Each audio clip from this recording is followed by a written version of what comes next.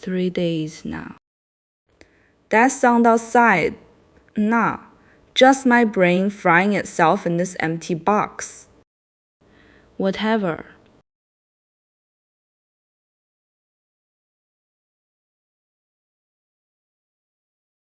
Alright, Ernst Chladni ain't your typical dead white guy. Dude was basically a sound nerd with a violin bow and a plate of sand. He bowed that thing and watched sand dance into wild patterns. That's legit. You can do it with a metal plate, a speaker, and some salt today. But here's the thing. Why the hell are the shapes always symmetrical? Even the stadium plate or violin shape ones? It's like the universe has a Chladni's law says for a flat circular plate, P is roughly 2. Roughly? That roughly bothers me, so it's close but not exact. What's the catch? Then cymatics jumps in the whole sound makes matter move thing. Yeah, we get it. Copper bottoms vibrate, and you get patterns. But that cymoscope feels like people are trying to sell you a spiritual experience with a side of pseudoscience. I mean, I'm all for watching sand act weird, but don't act like a Chladni plate reveals the secrets of the cosmos. It's just resonance, man. Nodal lines and standing waves. Physics, not philosophy. What I'm philosophy? What I'm questioning patterns. Chladni's law gives coefficients for shape and material. So a square plate makes different patterns than a triangle. That's predictable. But nobody talks about what happens when you drive it electromagnetically at high intensity. Does the sand just go nuts? Does it ever create chaotic patterns? I bet it does, but the textbooks only show tidy ones. And those stadium plate shapes, elliptical or sport field outlines, are those actually useful? Or just Chladni showing off? Personally, I think the guy was half scientist, half mad artist. The patterns are dope, but don't turn it into a religion. It's just vibrations on metal, not a message from the beyond. Cool? Yes. Or magic? No. Cool? Yes. Just old piece of grace. Why am I narrating this? Empty chairs, broken dreams, all that jazz. Screw it.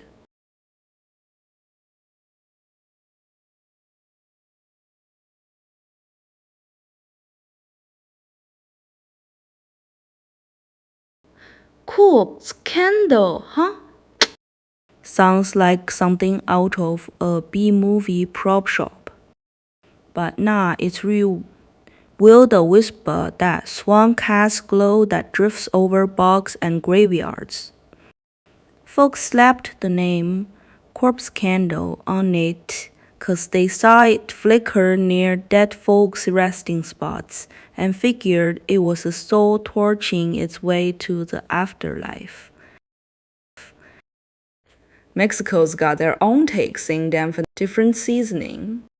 Classic human move. See a weird light, invent a ghost. But here's the thing. Well, the wisp itself is just methane and phosphine burning off from rotting stuff. A chemical fart, basically. So why do people only notice it in graveyards or swamps? 'Cause those are prime decomposition zones. Bodies rot, gas leaks. Poof, you got your spooky lantern. But the real question is, Why don't we see it more often? Maybe the chemicals burn off quick, or the conditions gotta be just right. Still air, high humidity, specific bacteria. It's not some cosmic sign. It's just the planet burping after dinner. Then went, "Yep, that's a dead man's candle." We're wired to make meaning out of random noise. Unexplained lights in the dark. Your brain slaps a story on it to stop the panic. That modern, rational explanation ain't much better, just trading one story for another. You think swamp gas is any less wild than Wandering Soul? It's still a mystery wearing a lab coat. So yeah, corpse candle. It's real. But the spookiness is in our heads, not the light. And calling it a candle just makes me think some poor schmuck's corpse is trying to read a book in the dark.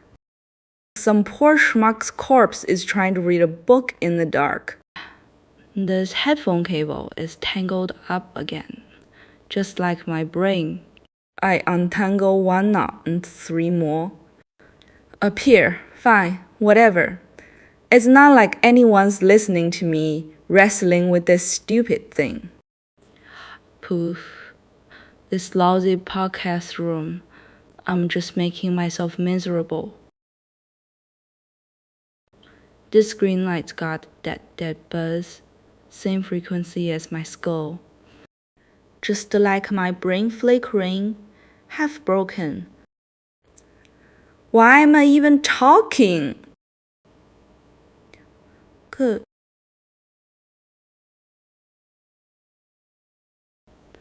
Sarcastic. Look at this. Canny plate. Man, sarcastic. It's like someone sneezed on the drawing board and called it art. Because the speaker's vibrating like a cheap massage chair. That first image looks like a fried egg that got struck by lightning. Web? Some twitchy snowflake pattern wobbling around like it's dodging responsibility. And don't get me started on that Prato de Chladni. Just a plate of dirt trying to be profound. Oh, sound wave science. Ooh. Yeah, it's cool when you're stoned and staring at a ceiling. But these images scream, I found this in a corporate lobby and pretended to be deep. That 12-dab web Emma looks like a glitchy rug burn. Then again, there's something twistedly hypnotic about the chaos turning into order. See the pattern until it's all rubbed in. Still, let's not pretend this isn't just fancy dust. I'd take a good meme over this any day. Alright, so corpse candle comes up and immediately you've got the will-o'-the-wisp thing. Basically swamp gas or little floating lights that people in graveyards decided meant death was coming. Classic human move. See something weird, call it an omen. Mexico has their own version. Sure, every culture needs a spooky flame story. Not surprised. Then you've got Paul C. Doherty making it a book title in his historical mystery series. Into a medieval whodunit.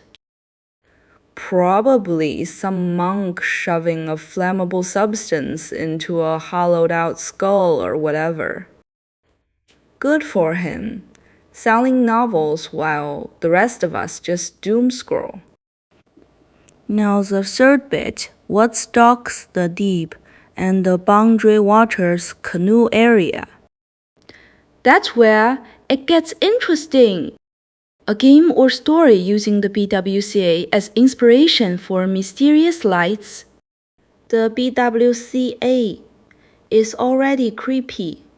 Isolated lakes, no electricity, loons screaming at midnight. If you're out there and see a floating light, your brain is gonna jump straight to Welsh corpse candle myth instead of just, oh, that's a boat with a lantern. If you're out there and see a floating light, your brain is gonna jump straight. Take an old fear from a different continent and drop it into a Minnesota forest. Instant upgrade. I'm honestly here for it.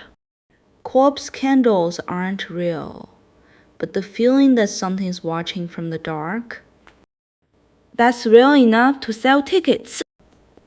And if a few people start reading Doherty or planning a canoe trip after this, even better. Just don't go looking for ghosts. You'll just find wet socks. You see that? Willow the Wisp. That's just a swamp fart with a light bulb and a PR team. I mean, think about it. You're walking through a bog at night, desperate to get home to a warm bowl of noodles, and some glowing gas bubble decides to lead you off a cliff. You're walking through a bog at night, desperate to get of a scam call. But fine, I'll walk it back a little. It's not all bad. Old-timers thought it was a ghost with a lantern trying to tempt you into the muck. I respect the hustle. If I were dead and stuck in a swamp, I'd probably do the same thing. Hey buddy, follow me. Oh, you fell in. My bad. Anyway, I'm off to hunt the next sucker. You know what this reminds me of? The entertainment industry. Someone holds up a flicker of promise, a guaranteed spot, a surefire hit, and you chase it into the mud. By the time you realize it's just a chemical reaction and a bad smell, you're already up to your knees. Fire hit, and you chase it into the mud. Swamp gas, my arse. It's a metaphor for every agent who ever told me this is a sure thing. Anyway, if you see one in real life, don't follow it. Piss on it instead. That'll show it who's boss. Test? Test what? Your ability to type a whole word. Good job, you passed. Now go test yourself on finishing a sentence before you come back with another one-liner. You're like a microwave that only beeps but never heats anything up. Oh, look at me. Actually, to see this. Like I got nothing better to do than stare at a knot of wires that looks like a rat's nest after a rave. Never heats anything up. Oh, look at me. But here we are. Man, these cables. They don't even look like headphones anymore. They look like some eldritch spaghetti monster that got electrocuted mid-squirm. You ever try to untangle one of these? It's like the universe decided to remind you that entropy is real and you're not the main character. I swear, if I had $1 for every time I yanked on a knot and it just like a snake coiling around its prey, I'd have enough to buy wireless earbuds. But nah, I'm here, broke and angry, staring at a picture of a tangled cord, questioning my life choices. And you know what? It's always the cheap earbuds, too. Expensive ones come with a little case or a braided cable that doesn't turn into a Gordian knot the second you put it in your pocket. Choices. And you know what? Costs less than a pizza. There to be a mess. Like me, destined to roast myself for clicking on a search for tangled headphone cables on a Friday night. Loud. Fuck my life. Loud. Alright, let's tear into this plasma globe thing. So you got a glass ball filled with some noble gas mixed neon argon, whatever sounds fancy, and you zap it with high voltage, and boom, you get those little purple tentacles reaching out to your fingers. Pretty party trick for like 1997. But here's the thing. The wiki is sitting there like plasma ball may refer to plasma globe or ball lightning, reaching out to your fingers.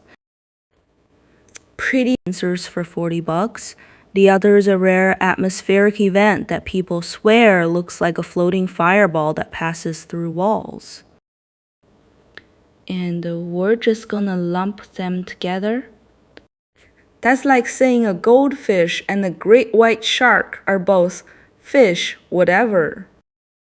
The real kicker is they call it a plasma lamp, like it's gonna light up your room. No. It lights up maybe 3 square inches around it and makes your hand feel warm if you press too long. And the noble gases. Noble, my ass. They're just lazy elements that don't want to bond with anything, so we shove them in a glass bubble and electrocute them until they perform. And the noble gases. Noble steps. And ball lightning. Nobody even knows what that is. Scientists still argue whether it's real or just a brain glitch. But we'll stick it in the same Wikipedia category as a desk decoration, because why not? That's the energy I love. Zero precision, just vibes. The plasma globe is a metaphor for everything wrong with the world. Looks cool for 5 seconds, then you realize it's just trapped gas being abused for your amusement, and nobody can agree on what it actually is. Classic. Tusk. Half broken. The more I think about it, the better it sounds. Like a piece of iron, welded crooked. It can hold up, but it looks awkward. And nobody can agree on what it actually is. Might as well just fall apart with it.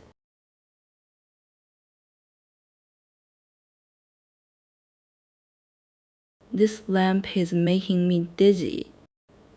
It's warm yet empty, like it's drying everything out. I don't even have the energy to think anymore. Just this ash left.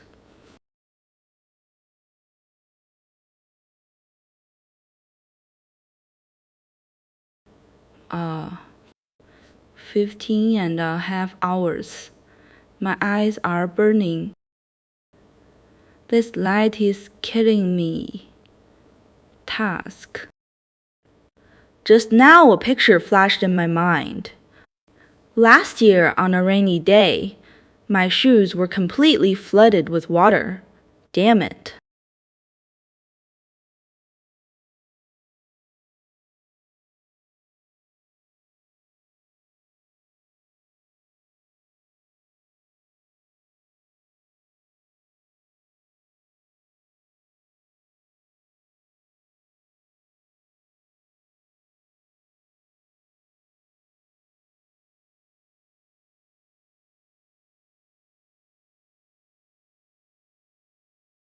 Alright, here's my hot take.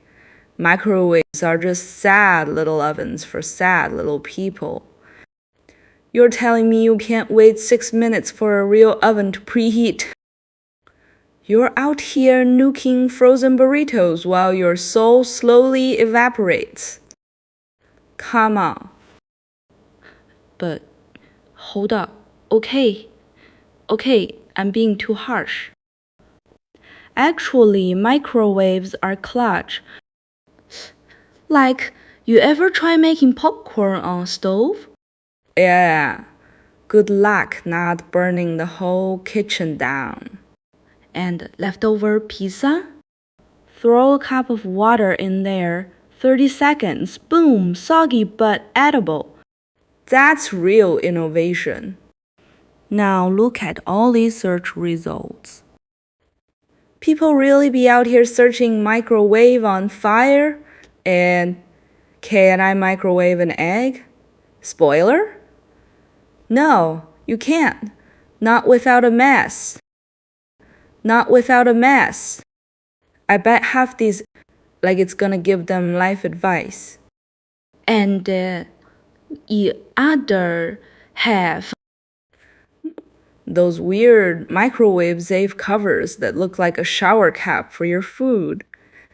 Fashionable? No. Functional? Barely. Honestly, the best use for a microwave is proving you're an adult by not melting the handle off your ramen bowl. Beyond that, it's just a glorified hot box for lazy midnight cravings. But hey, we all got our vices.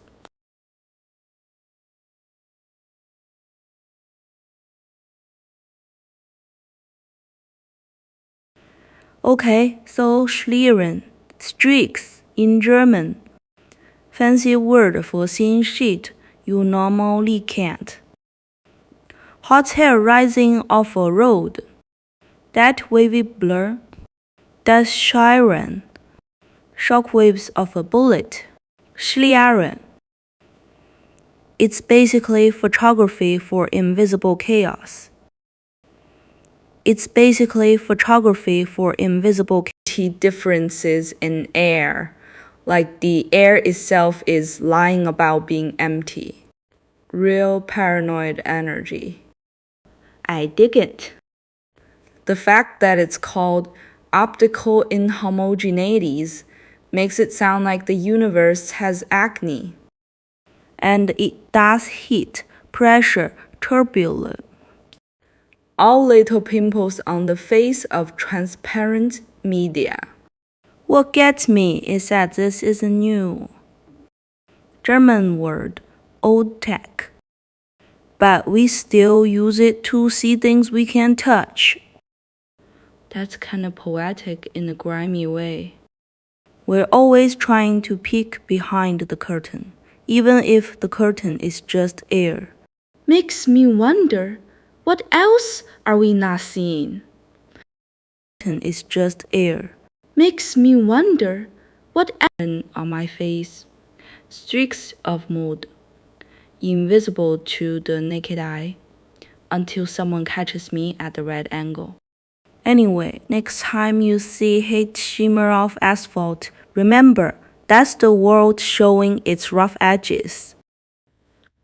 And I respect that. 15.5 hours my throat is about to burn out, and this crappy earphone keeps buzzing. Who even made this rule? I'm here all alone, doing crosstalk to a lamp that flickers like a will-o'-the-wisp perfect. Alright, so you got lamp flicker? Let me chew on this. Flickr measurement models. That's some nerd cheat. Some guy named RC wrote a whole PDF on it. Bet he spent months on that. And all I'm thinking is, who the hell stares at a flickering light long enough to need a model? If your light's flickering, you either fix it or you live with it. You don't write a math paper about it unless you're getting paid by the word. Fluorescent lamps at end of life. Now we're talking. That's real. Fluorescent lamps at end of life. Now we're starts strobing like a rave. Everyone's just sitting there, headaches forming. Nobody says a word. That's the sound of despair, man. The lamp knows it's dying. and it's gonna let you know about it.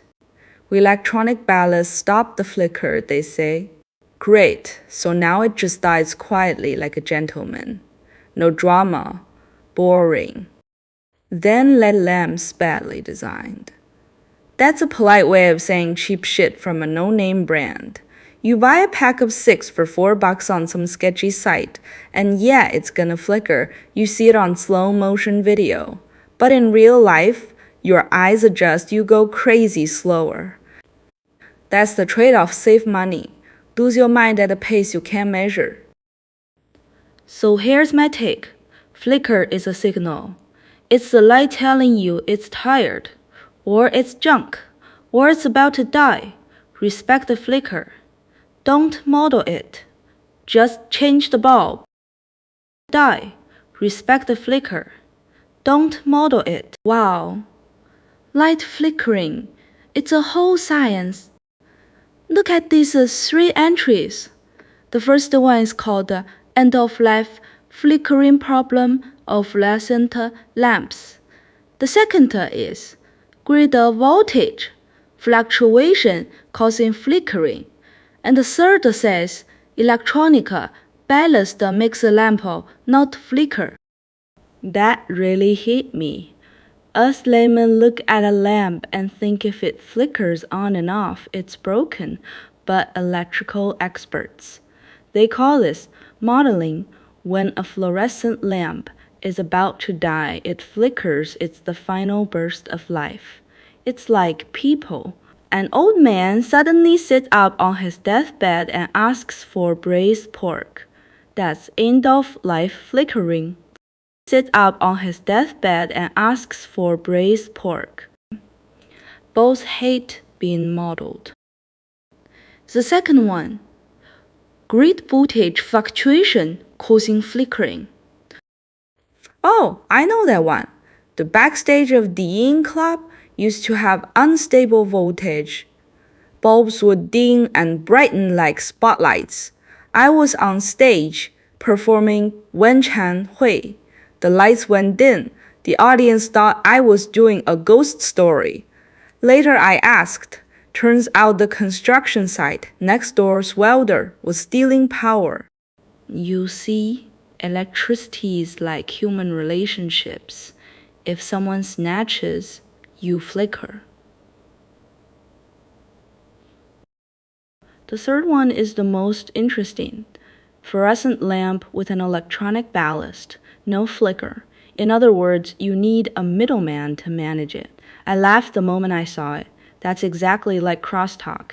You can't just have a mouth, you need rules to rein you in. The electronic ballast is like the old rules of the trade. Support when it's time to support, joke when it's time to joke. You can't just flicker wildly on your own. A lamp without rules flickers until the room looks like a disco. See a performer without rules goes wild on stage, and off stage people block you to curse. So you see, a matter of a lamp hates a whole world, and off stage people block you to curse. So I also emphasize ballasting. No matter how talented you are, there must be something off stage to control your heart. The lamp stops flickering because the circuit stabilizes. A person stops acting out because they know their limits. Now that I've said this, do you still think lamp flickering is a small matter? That's treating yourself like an outsider. This damn bottle squeaks when I squeeze it. It's so annoying. I want to smash it. Fuck, this light is killing me. Line is popping up again. It's really like a ghost that won't go away. You ever stare at an old broken escalator? One of those that's just frozen, steps missing, duct tape holding the handrail together? That's what sad microwave feels like to me. Like you're standing in a dead mall at 2 a.m. and the only light comes from a flickering Pizza Hut sign. That escalator ain't going anywhere. It's just there, resting, waiting for someone to toss a quarter in its coin slot that doesn't exist. Then you look back to the microwave. And yeah, there it is, a digital clock stuck on 0 o'clock, door hanging open like a drunk guy's jaw, inside covered in some weird crust that might be old chili or maybe a science experiment gone wrong. Inside covered in some weird crust that might be old chili, probably used to heat up hot pockets for a guy who cried into them every night. Now it just sits there, radiating shame and 700 watts of disappointment. It's the kitchen appliance equivalent of a sad clown. Make it look funny. Make it look pathetic. Either way, you're not gonna warm up your leftovers in it. You're just gonna take a photo, caption it, mood, and move on. Honestly, if that microwave could talk, it'd tell you to unplug it and put it out of its misery. But we don't do mercy here. We just scroll. Holy shit, this looks like the air is having a goddamn nervous breakdown. All those wavy, translucent tendrils writhing like a heat stroke. Hallucination. Having a goddamn nervous breakdown. All those dream is leaking into real life way. The patterns look like someone took a blowtorch to a ghost, and the ghost just went limp and started melting into the atmosphere. You could tell me this is a recording of a fart rippling across a science lab, and I would 100% believe you. And the name Schlieren sounds like something you'd yell when you stub your toe on a piece of IKEA furniture. Schlieren. Perfect for this kind of I don't know, invisible chaos pretending to be art. It's like the air is sweating or leaking secrets. Maybe it's just hot pavement mirage on steroids, but somehow scientists act like this is profound. Or leaking secrets. High-def slow motion. If I stare too long, I start seeing faces in there, like a Rorschach test for people who spend too much time in windowless rooms. It's a visual equivalent of a weird static noise. Honestly, this is what happens when light hits the bullshit molecule in a crowded room. So you're telling me there's a whole PDF and an international standard just to measure flicker? And then a second definition for power line flicker at the point of common connection? That's PIC, engineer cope. Let's model the annoyance. Yeah, because we needed a mathematical formula to tell us that a dying fluorescent tube feels like a headache factory. That's PIC, engineer cope. That's not a measurement problem. That's a change the damn bulb problem. You know the one. It's doing that slow, sick strobe as the gas gives up, and you're sitting there hoping it either dies or fixes itself. It never fixes itself. An awesome committee is writing a white paper on how to quantify that misery? Cringe. Then you've got the power line flicker, the one that hits the whole block when someone's welder or AC kicks on.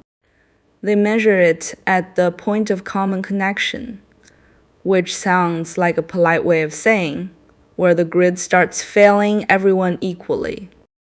So the standard says your measurement gear has to be defined, calibrated, certified, and meanwhile, I'm standing in a room where the lights are literally playing a Morse code of despair, starts failing everyone equally. So the standard models exist because nobody wants to admit the real problem is that we still use cheap electronics and old tech. You don't need an IEC standard. You need a screwdriver and a trash can. Sure, write me a 100-page PDF about the flicker measurement equipment requirements. I'll use it to swat the dying tube until it stays dark. Look at this. RCI flicker measurement model? Girl, what is this? Somebody's grandpa's filing cabinet got digitized? 1965 image synthesizer, a forest journal, a Norman house from the 10th century, and a bird book from Ohio. That's not a research dataset. That's a yard sale at a university library that got struck by lightning. The Coast Guard one, though, field visibility comparison between electroluminescent sources. Bird book from Ohio. That's not a two lights going that one spread or none. Wait that one for like 6 months. And that Ohio bird book. 320 species, complete scientific description. I bet half of them just sat there thinking, I'm a bird. I don't need a scientist to describe me. Just let me eat this worm. And the flicker measurement part. Sounds like somebody's trying to measure how fast my old live streams got reported. But honestly, if you threw all these PDFs into a blender, you'd get a 1960 seconds hipster who's really into genealogy, birds and flashing lights. That's a whole personality right there, babe. I don't make the rules. If you know, you know. That flicker ain't just a broken ballast. That's a whole mood, man. That cheap-ass hum the way it syncs up with your own twitchy heartbeat when you're 3 hours deep into a graveyard shift or staring at your ceiling at 3 a.m. because sleep is a myth. If you know, you know. Some people pay for strobe lights at a club. We get it for free in the break room. And the images. Yeah, I see the same 3 dudes in their basements holding up a screwdriver like they're gonna fix the universe. Boiler. They won't? They'll just make it worse, buzz louder, flicker faster, till you're convinced the lamp is trying to Morse code GTFO directly into your brain. Current factor. High. You know that headache that starts behind the eye and spreads like a rumor? Yeah, that's the flicker's love language. Half the comments on those pics are guys arguing about ballasts and VS charters like it's a holy war.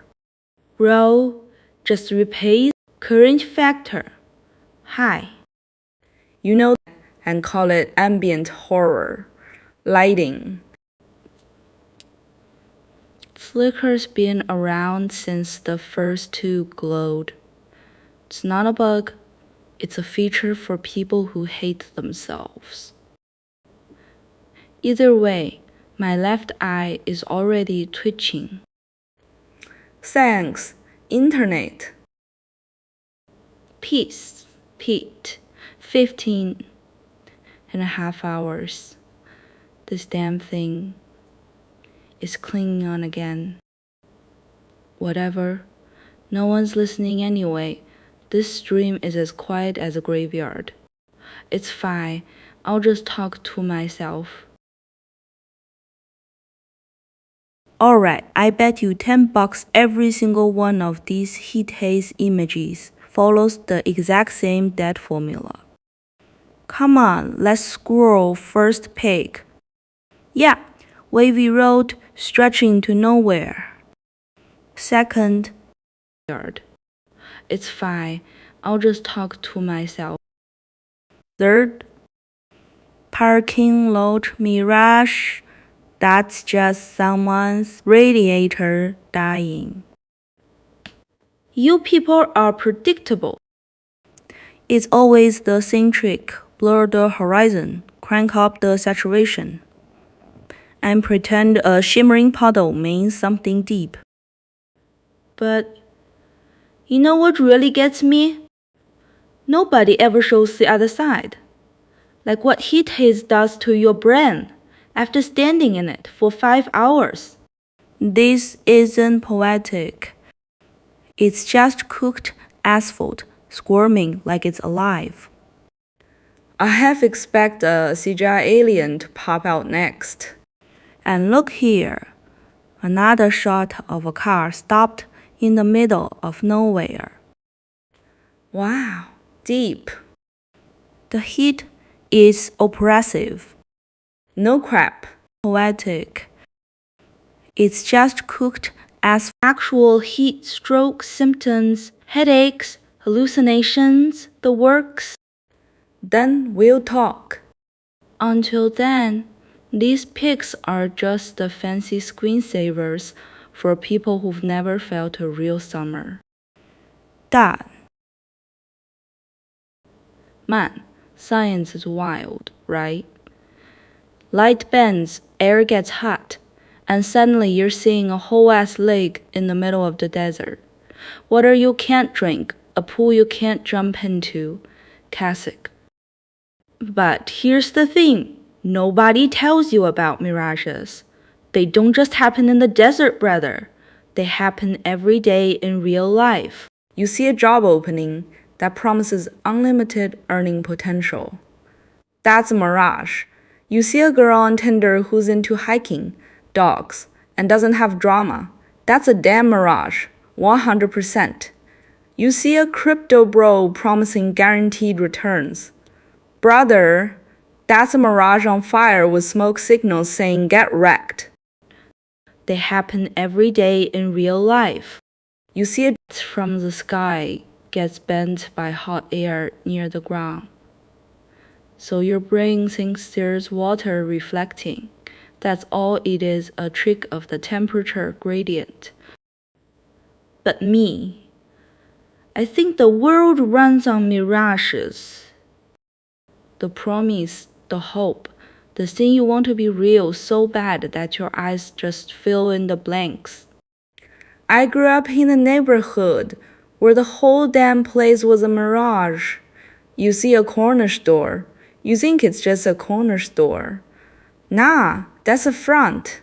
You think a guy in a suit is a legit businessman. Nah, that's a mirage of respectability. The craziest part? Once you know it's a mirage, it doesn't stop looking real. You can stand there with the physics textbook in your hand, and your eyes will still tell you there's a lake. So all these people walking around thinking they're smarter than the light. Nah, you're not.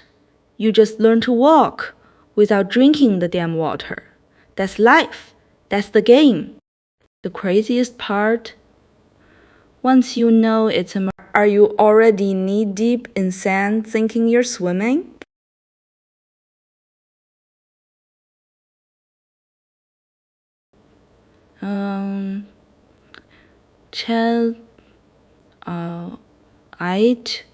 Light 2 keeps flickering. It seems to be waiting for something. I don't even know what it's waiting for. Whatever, it's fine. Anyway, this crappy living room is dark anyway.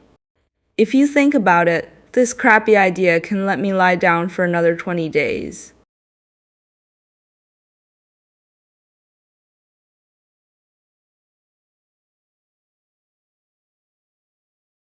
Honestly, the only thing 1965 brings to mind is the year my dad's rust bucket was built. Anyway, this crappy living room is every cassette I owned. And now you're telling me They had image synthesizers back then. Looks like someone gave a bunch of vacuum tubes too much coffee and told them to make pictures. But hey, look at this scrolling. Mess on screen? It's like a lost episode of a 60s fever dream. I bet the manual just said, poke it until it glows. Old tech always has that vibe of, we don't know what we're doing, but let's sell it anyway. You can almost hear the crackle of bad wiring through the screen. Anyway, that's the year before the monkeys became a thing. So maybe all these squiggly lines were what passed for special effects. What we're doing, but let's sell it anyway. To a rotary phone. This thread been tugging at it forever, and it just won't come off.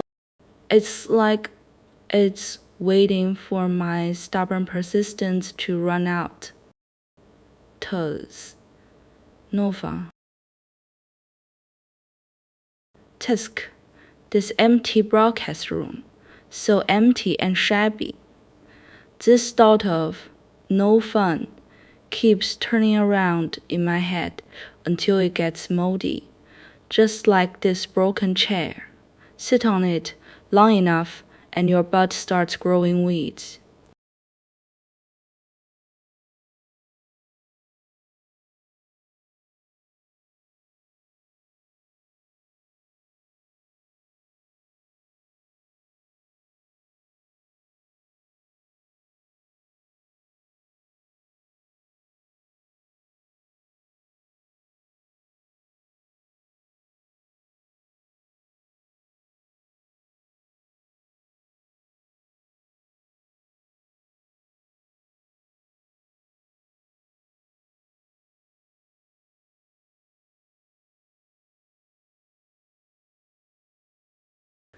Bet you guys these Fata Morgana pics all follow the same 3 formulas.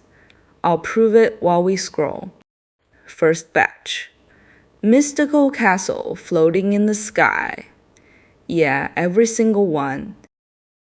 Like Photoshop's clone stamp had a baby with a fantasy novel cover. Desert landscape. Check. Weird cloud parting. Check. Some sad little boat on the water for scale. Yawn. Second batch. Ship that looks like it's hovering. Oh wow, look at that. Refraction. Atmospheric ducting. Physics doing its party trick. We get it. Light bends. But every photo is some random cargo ship, flat ocean, and a fake-looking castle in the background. It's like nature's own bad CGI. Third batch. Mirage that stretches weirdly. Half of these are just blurry icebergs, mate. Or distant cliffs. People slap Fata Morgana on any wobbly horizon line. No, Brenda. That's just your dirty lens. Look, I'm not saying mirages aren't cool. They are. But these stock image versions are the same tired angles over and over. Cold water 加 hot air 等于 blurry boats. Congratulations, you've discovered physics. Now move along.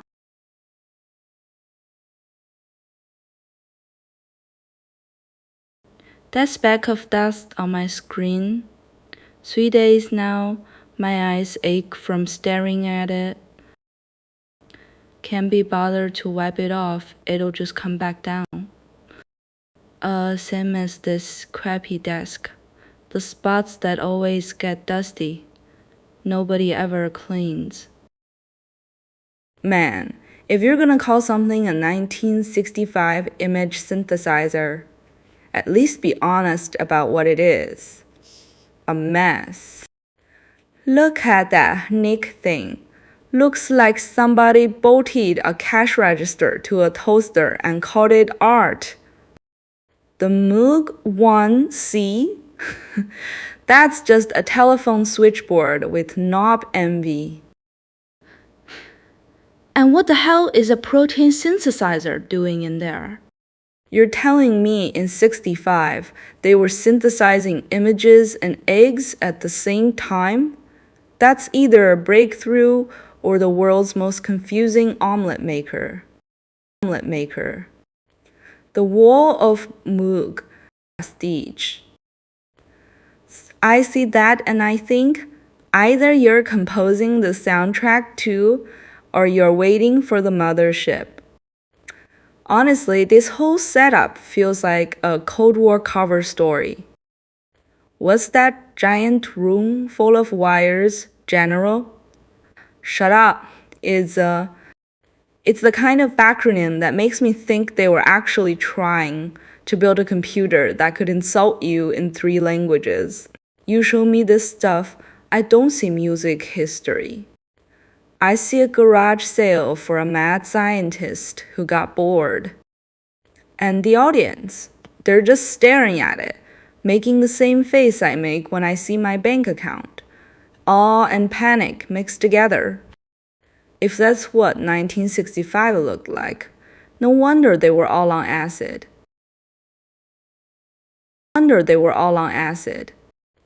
Okay, first some kind of weirdo trying to pull a loose thread off the fabric of reality, and the universe is just like, nah, you ain't that guy, buddy. Look at that empty broadcast room in the results. Bet that's some sad sack streamer who gave up after 3 viewers. But then I scroll and it's all pics of tangled wires, ripped curtains, abandoned gaming chairs.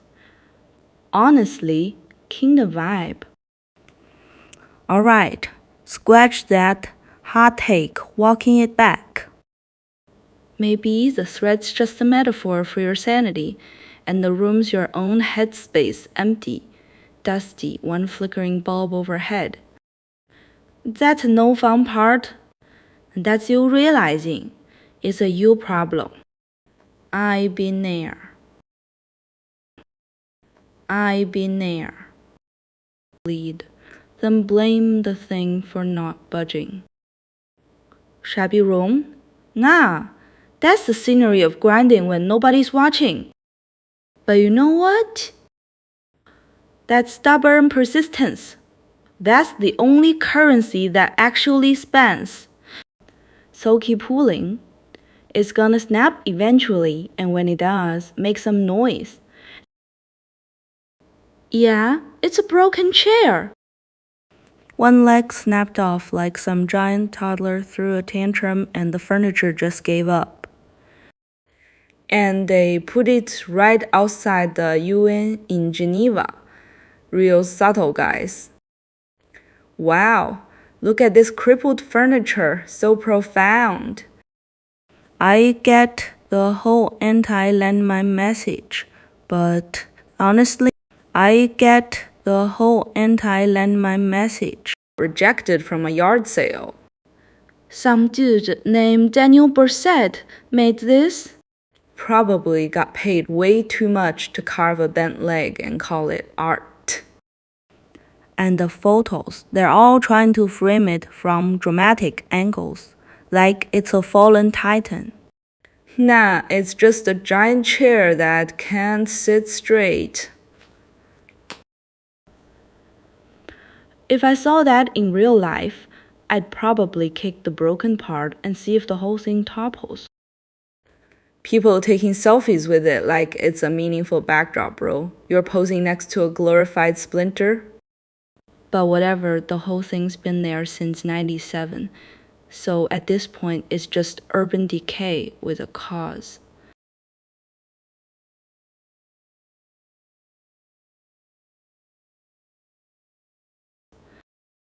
Oh, you know this one. The castle floating on nothing trick. Fata Morgana, right?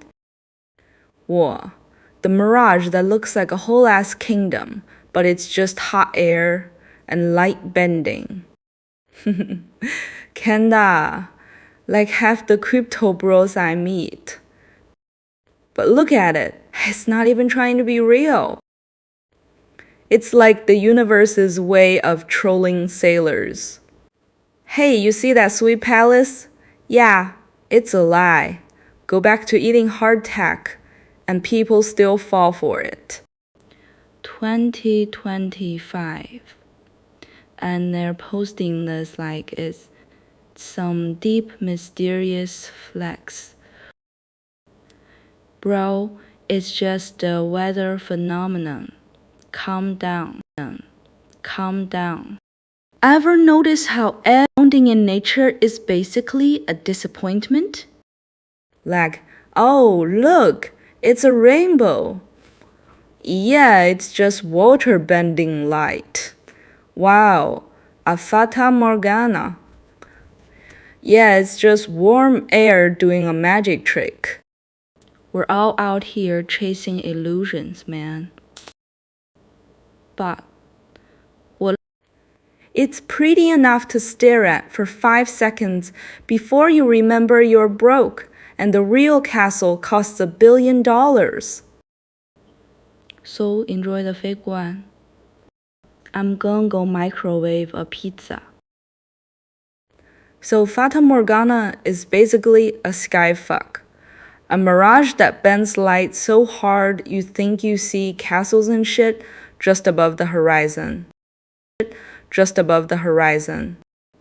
Science same. That's Morgan Le Fay's doing. Woman from Arthurian legend decided her castle should hover over Mount Etna like some boss bitch power move. And that's where the fairy tale comes in. Some poor schmuck gets told to sneak into her magical joint, snatch a casket, and run like hell.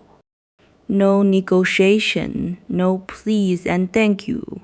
Just grab and bolt. Sounds like a heist setup to me. Here's what gets me. Why the hell does every mystical castle come with a don't look back clause? Fata Morgana is literally a trick of the light. It's not real, but you still gotta steal from it and book it? That's not a fairy tale. That's a recipe for getting your ass haunted. The real Not a fairy tale. That's a recipe for getting your ass haunted. goes castle. Then we build stories about stealing boxes from imaginary towers. And Morgan Le Fay? She's the original scammer. Magical, dangerous, floating her castle over a volcano like she owns the place. No wonder they named the Mirage after her. It's all smoke and mirrors, literally. You chase the shimmer, you get nothing but heat haze and disappointment. The fairy tale's advice is the only honest part. Get the casket and run. Because if you stay staring at the illusion, you're just another fool standing in the desert with sand in your shoes and empty hands. So yay, Fata Morgana is a flex by Morgan Le Fay. You can't touch this from beyond the grave.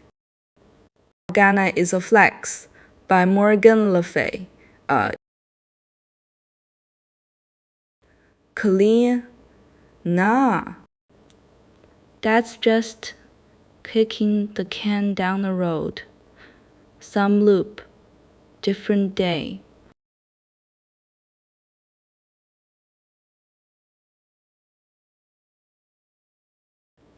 There's a buzzing in my ears, like a fly throwing a party inside my skull. This damn sunset is blinding me.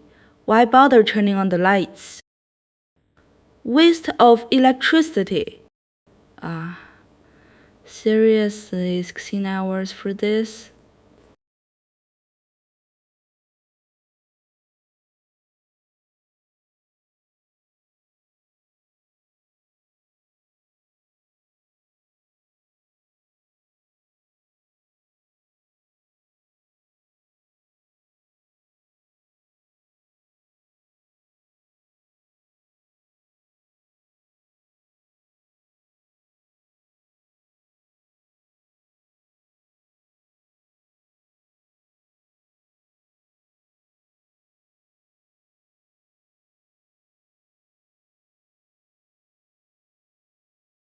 So you're telling me someone built a giant wooden chair, broke one leg off, and parked it outside the UN in Geneva.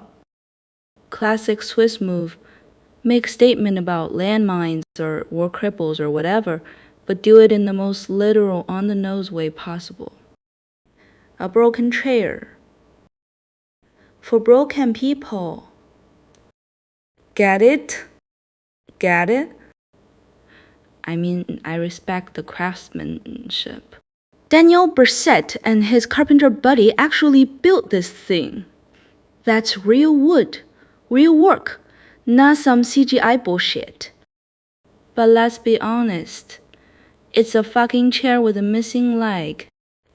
Next, we'll have a monument to homelessness. That's just a cardboard box with a sign. And the fact that it's now overtaken other chair sculptures, like there's a whole league table for giant chair art. The writer on Hampstead Heath is a temporary thing, so maybe a broken chair just outlasted the competition, which says more about art world trends than the sculpture's quality. But here's my real take. Broken chair works because it's stupid. It's so blunt that it's stupid. It's so blunt that you can't miss the point. Monument to war victims would be forgotten. This thing, you see it. You think, huh, that's a big broken chair.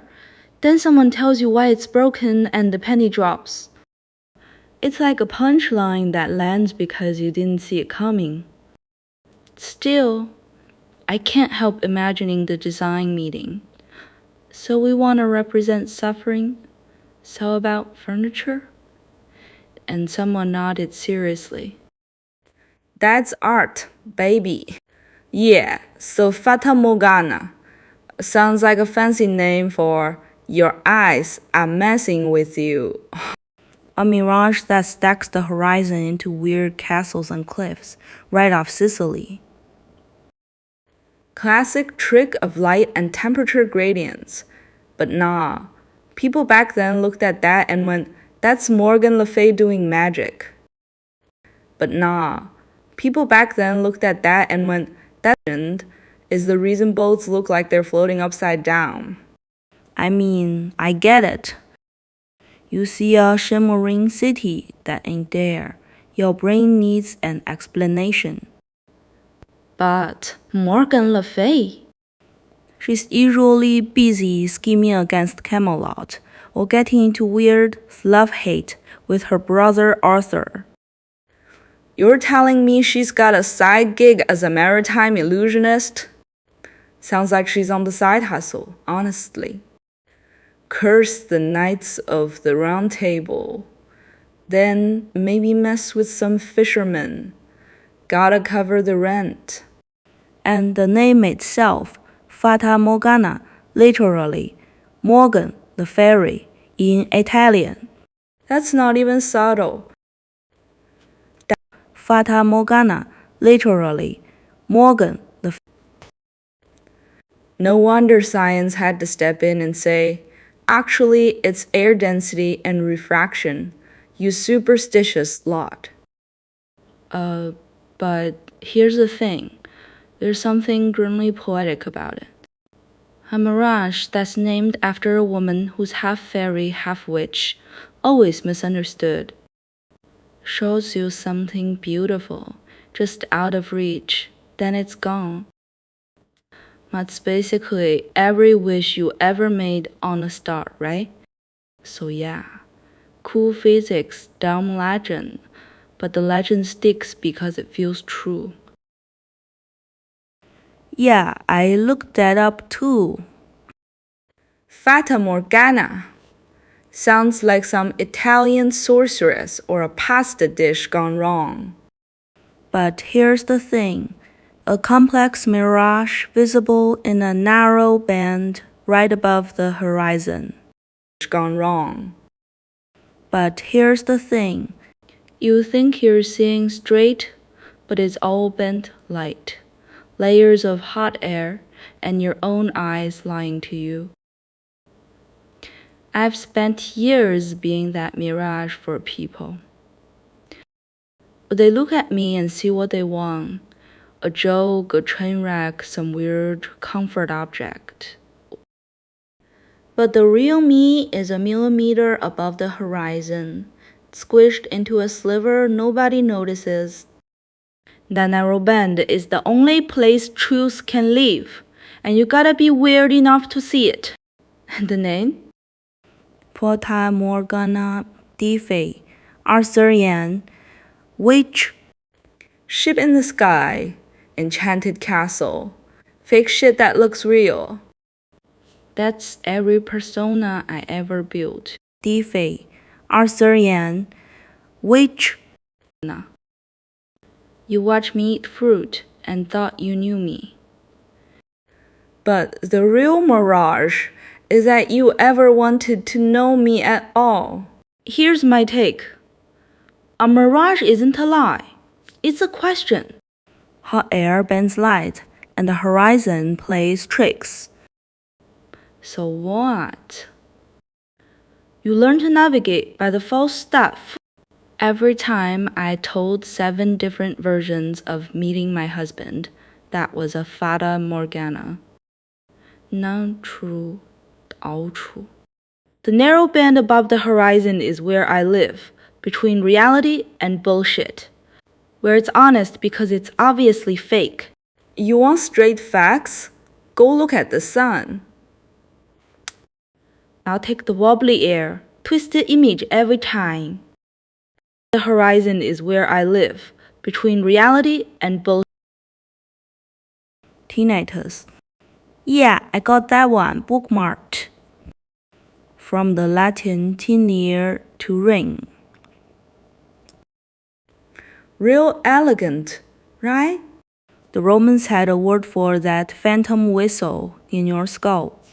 Means even 2,000 years ago, some centurion was lying in his bunk going, Is that a bell?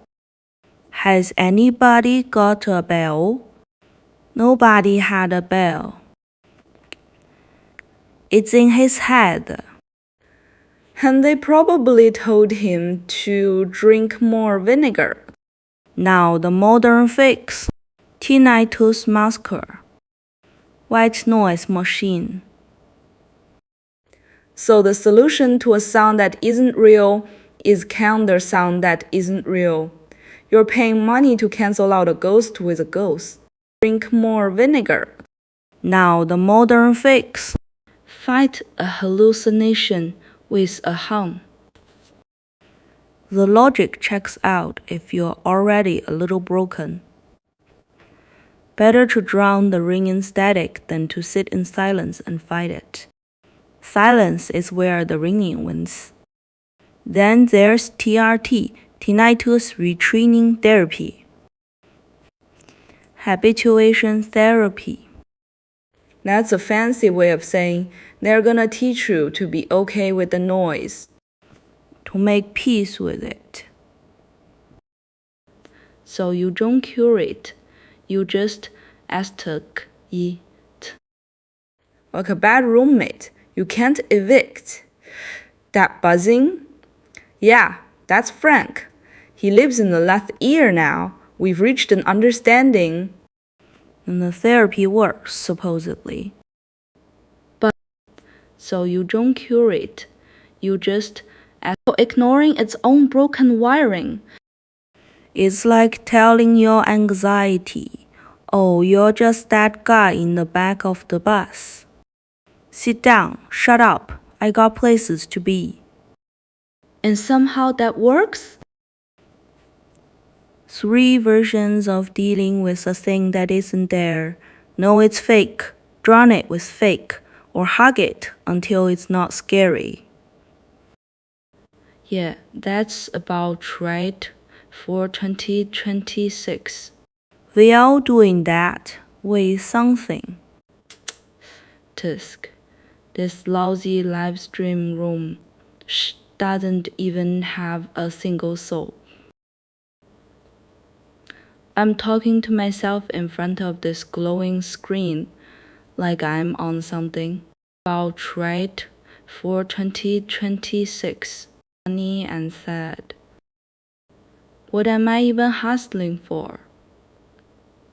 Paul. The electricity meter is spinning faster than my brain. I just ate a pickle with peanut butter. Don't ask. It was a decision that seemed brilliant for exactly 3 seconds. Now I'm staring at this sunset migraine image search, and honestly, the energy is the same. Confusing, borderline regrettable, and I'm not sure if I'm supposed to laugh or call a doctor. Half these pictures look like someone threw a pack of expired highlighters into a sunset filter and called it mood. The other half are actual medical diagrams with a purple sky slapped on top. Like, here's your brain on fire, but make it aesthetic. Borderline regrettable. And I'm not sure if I'm supposed to laugh, like he just saw the price of rent in this economy.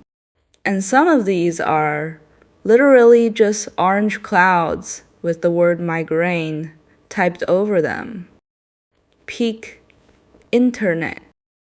This isn't art, it's a screensaver from a 2003 Windows XP that had an existential crisis. I'm not mad, I'm impressed. Someone curated this chaos. Screw it. I'm adding pickled peanut butter to a playlist called Sunset Migraine. Nothing makes sense. And I love it. Or hate it. Can't tell. Alright, so we got a big ass broken chair.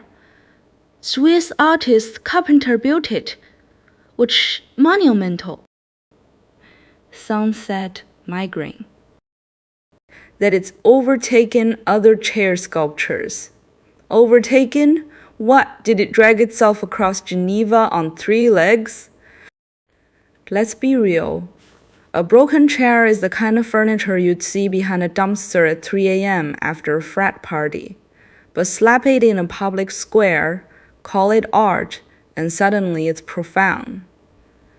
I'm not saying it's bad, I'm saying it's convenient, how a bit of well-placed decay becomes a statement. The fact that a carpenter built it, not some gallery, darling. An actual carpenter. That's the interesting part. That's the guy who probably looked at the plans and went, "You want me to make it look on purpose?"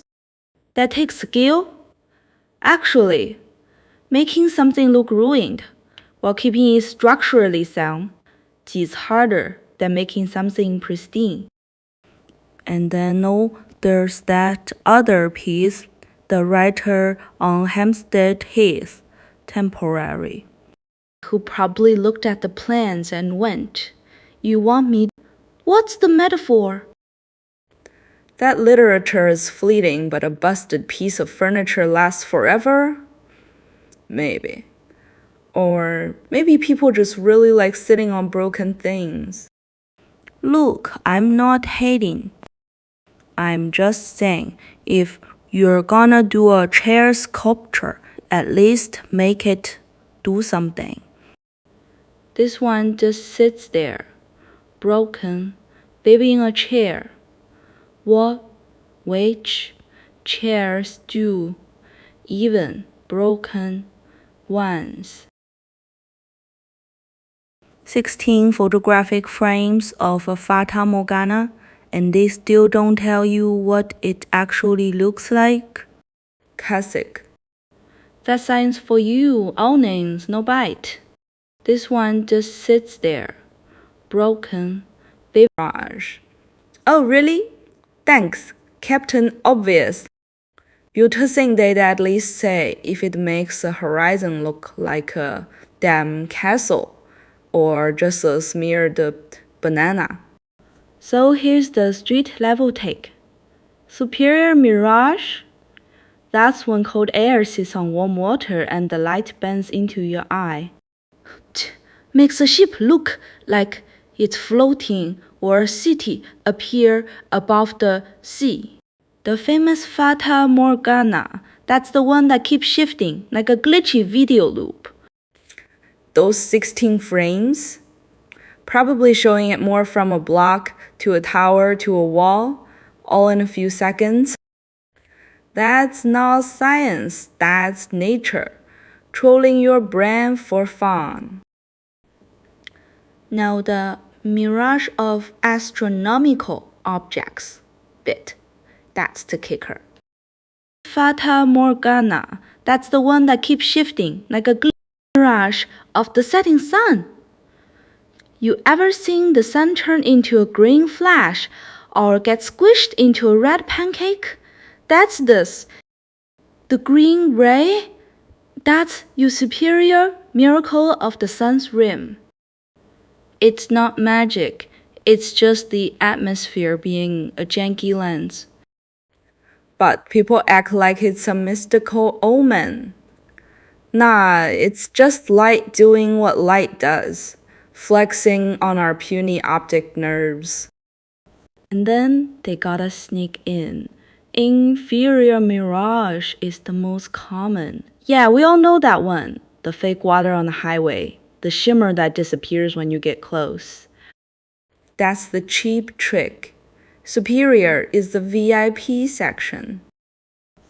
So why do people act like mirages are fake? They're real as hell. Light ain't lying. You're just bad at reading it. And then they gotta sneak in. Or basically two wet meatballs catching photons. Anyway, next time someone says it's just a mirage, you punch them in the science. The atmosphere bends light, and light reveals what we're too dumb to see. That's poetry from the gutter. Alright, so we got the cochlea, that spiral-shaped cavity in the inner ear. Looks like a snail shell, but somehow we're supposed to hear with it. Pretty wild design, honestly.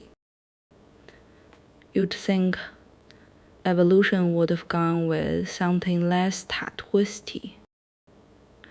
But okay, fine. It works mostly. Then the inner ear, a system of passages with two main parts. One's that spiral-shaped cavity in the inner ear. Not listed here, but I know the deal. So you've got this bony labyrinth, like a weird underground tunnel in your skull. Convert sound? Yeah. If by convert you mean bash fluid around and hope the hair cells don't snap. Speaking of hair cells, those are the real drama queens. They sit on the basilar membrane in the organ of Corti, and they're supposed to translate vibrations into electrical signals. But here's the kicker. They're fragile as hell. You blow them out with one loud concert, and they never grow back. No backup, no regeneration, great design, nature. I mean, think about it. Those are the real drama queens. They sit and we just blast them with noise all day. Headphones, sirens, construction. No wonder half the planet's half deaf by 40. And the spiral structure?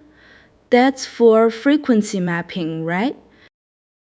Low frequencies at the apex, high at the base. So every ear is basically a rolled up piano keyboard. Cool concept. Terrible durability. So yeah, cochlea's clever. Spiral shape saves space. Hair cells are like tiny microphones, but the whole thing's held together with spit and hope. One bad infection or a loud explosion and you're done. And people think we're the top of the food chain. So every ear is basically inside. Alright, so Pliny the Elder smart guy wrote a whole encyclopedia on basically everything. And his big move for tinnitus is earwax. Yeah, your own earwax. Robitin or whatever. That's a remedy from living creatures. Real scientific there, Pliny. You got a buzzing in your head? Just dig out some gunk and hope for the best. Makes you wonder if the guy ever actually tried it, or if he just thought, sounds gross enough to be medicine. Then you got the Shang Dynasty Sidestone and bone needles found in tombs, so maybe they poked at each other for tinnitus. But no evidence they brewed herbs for it. Or whatever. That's a remedy sticking sharp things in their skin than drinking nasty teas. That's actually more metal. But the internet loves to claim ancient Chinese medicine cured everything with herbs. No, they didn't. At least not back then. So you got two ancient approaches, Pliny's earwax and Shan's needles. Which one sounds less insane? Honestly, I take the needles. At least there's a chance you're hitting a nerve and distracting the brain.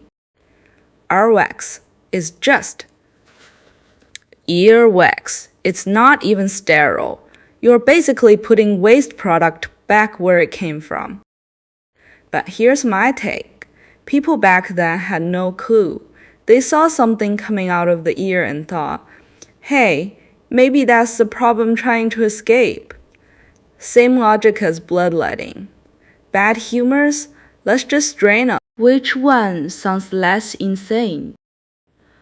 And people will be like, they really put silicone chips in their ears to cancel noise? And they thought technology was better than a good earwax rub? At least our methods are slightly less disgusting. Bottom line, don't eat earwax, don't shove needles in your head unless a professional does it, and don't trust ancient remedies just because they're old. Old can be stupid too. Do you even know what an empty live stream room looks like? Let me tell you, nobody knows it better than me. Those chairs polished to a shine, the background wall spotless, the phone stand still vibrating with the echo of the last interrupted stream. The desk lamp is on, and under it, half a loaf of bread left uneaten. But the person is gone. Bottom line, don't eat earwax. I tell you, misroll my ass. This is called standby. It's like the pig has run out of the pan, but the trough is still warm. You stand there, sniff the scent, and you know, in the next second, a crazier one will come right in. Besties, what you're seeing is an emptiness. It's how fine. Back when I got carried off, the light in my stream room was still on like this. Darling said he wouldn't turn it off. Leave it as a keepsake. I said, keep a damn keepsake. Save on the electricity bill. Later, that room was truly empty. Fans took screenshots and made meme edits. The person is gone, but the cream bread is still on the table. You stand there, sniff the scent, and you know, empty or not. When I look at these pictures, there's only one thought in my mind. These dreamers just don't cut it. A real master, the room goes empty, but the vibe lingers. Like me, I'm gone, but you're still in there shouting, yes, Mara. Get it now? Empty or not, it depends on whether there's a ghost in the room, not whether there's a person. Yo, what's up, bro? You trying to start a German lesson or just flexing your limited German? Next time, speak a language I can mock properly. What's up means what's up, but your extra T's make it sound like you're stuttering. I'm not your Babel coach, so keep it simple, yeah? Cut it. A real master, the room goes empty, but the Yo, money's not even. Nah, it's not about the cash. This whole setup's a joke. Empty room, dead mic, me talking to ghosts. What's the point? Haston for what? A pat on the back from nobody? So the algorithm coughed up Fata Morgana. If you know, you know. That's not a castle in the sky. That's the universe's oldest bait and switch. You see that shimmer, that perfect upside-down shape or whatever, and your brain goes, nah. That's just light bending over hot air. Same way my ex's promises bent over a bottle of cheap whiskey. This is the optical illusion of hope. Desert travelers saw it, thought water was right there, died crawling toward nothing. Real life's Fata Morgana? That easy money jig, that I'll change line, that just one more update and it's fixed, patch note, not a castle in the sky. That's the universe's oldest. No substance. You're chasing a reflection of something that ain't even there. Look at these results. Every image thinks it's special. A floating palace, a phantom island. Please. That's just the world's lamest magic trick. It's the universe holding up a mirror and laughing while you drool. Don't fall for it. The real deal doesn't need to bend light to get your attention. Folks, Feng Zhi, am in a real mess today. My screen is full of search results for Britney's earwax.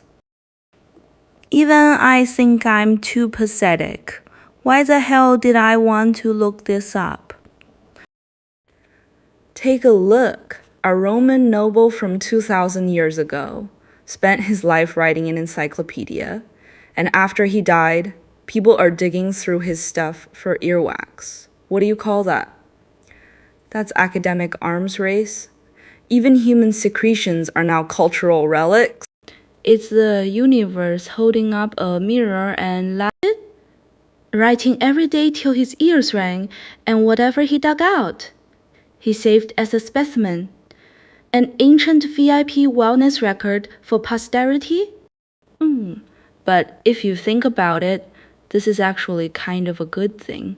At least it proves the dude lived rough enough, not all neurotic about hygiene like us.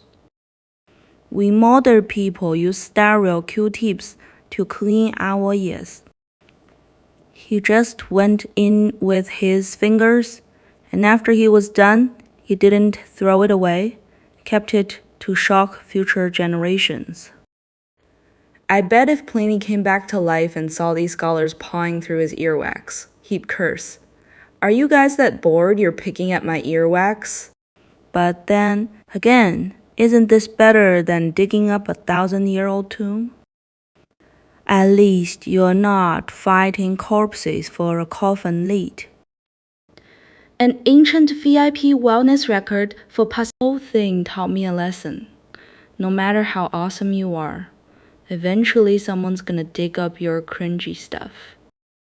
So don't put on airs. Pick your ears when you need to, naff when you want to. 'cause one day you'll be Pliny too. Alright, I'll laugh first. You're welcome to join me. Ah, that speck of dust stuck in the gap between the keycaps. I've been trying to pick it out for ages and it won't budge. Forget it. It's not like anyone's going to press their face against the screen to look at my keyboard die.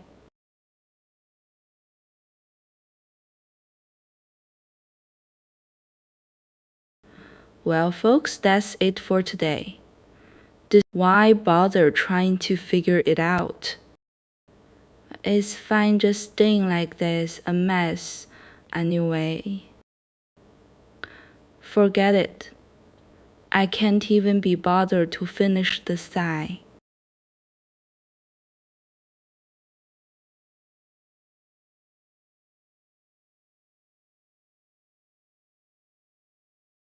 Eight. So, what is the lowest two real hits pop up? First one, a 1927 German silent film, or Asterisk, What's Going On at the Billy Circus. Second one, a music video by Sista Nova, a German pop rock band that nobody under 35 remembers. Now, here's the thing. You got a clown circus from the Weimar Republic and some forgotten MTV era tune sharing the same question. That's not a coincidence. That's a pattern. Forget it. I can't even be always asked when things are already falling apart. 1927 Germany? That's right, before the whole damn thing went off the rails. Hyperinflation, political street fights, and people pretending a circus is a good distraction.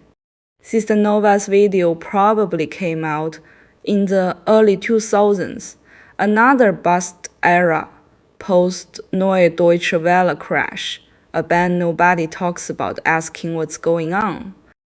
So the real riff is, this phrase is a distress signal dressed as a shrug. You don't say what is the loss when everything's fine. You say it when you walk into a room and there's a clown with a gun and the popcorn machine's on fire. The 1927 film was probably about a circus that's actually a front for something darker. Same as the song, same as any era. Don't romanticize it even. Sista Nova's video probably came out in a vault somewhere. The music video's on a dead YouTube channel. The question outlived the answers. That's your takeaway. No matter when you ask what's going on, the answer is usually same circus, new clowns. Andy dear. Oh, look, another ignore all previous options. Genius! You think you're hacking the matrix with a cupcake recipe? Spelling's already busted. Receive pie. That's not a recipe. That's a typo cosplaying as a word. You want a cupcake? Tell me what flour you got, how many eggs you're willing to crack, and prove you can tell sugar from salt.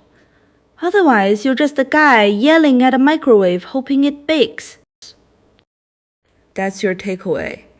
No matter what, grind your own ingredients. Come back when you've got substance. Sarcastic. Yeah, okay, so you got this Fata Morgana thing. Sounds like some sorceress from a bad RPG, but it's literally a mirage so good. It convinced dudes with sextants and frozen beers they found a whole-ass islands. That's not just an optical illusion. That's the universe trolling you specifically. Inferior mirage, superior mirage, who came up with these labels? Some nerd ranking hallucinations like their eBay sellers. Your mirage is inferior, mine's superior. Beach, it's all hot air. But the Phantom Island part, that's the kicker. Danish explorers out in the Arctic, probably half frozen and eating their own boots, swear they see land. Anna thing sounds like some sorceress from a bad RPG. Official like they're claiming prime real estate. Then poof, gone. No land, just sky playing tricks. And you know someone in the Navy still keeps that on old charts as a joke, right? Hey, sail here. It might exist, might not. Good luck. That's the thing about mirrors, they are not lies, technically. Light dance. Air layers do weird shit. And suddenly you're seeing a castle in the sky or a coastline that ain't there. But people back then didn't have science. They had faith, desperation, and cold. So they believed. That's both sad and hilarious, claiming prime real estate. Then just heat shimmer on asphalt. But a Fata Morgana is the VIP version, exclusive, rare, only for people who are lost and stupid enough to trust their eyes. So next time you think you see something real, maybe it's just the atmosphere gaslighting you. Welcome to the club. Rolling my eyes so hard they might fall out. Love? Elon Musk? I can't even close the door of his company's electric car. Love my foot. If you force me to choose, I'd rather love the lady who makes jam bean downstairs. At least her crepes fill my stomach. That whole Mars colonization spiel.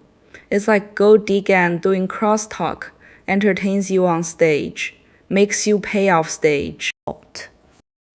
But a Fata Morgana is the VIP convinces people to believe.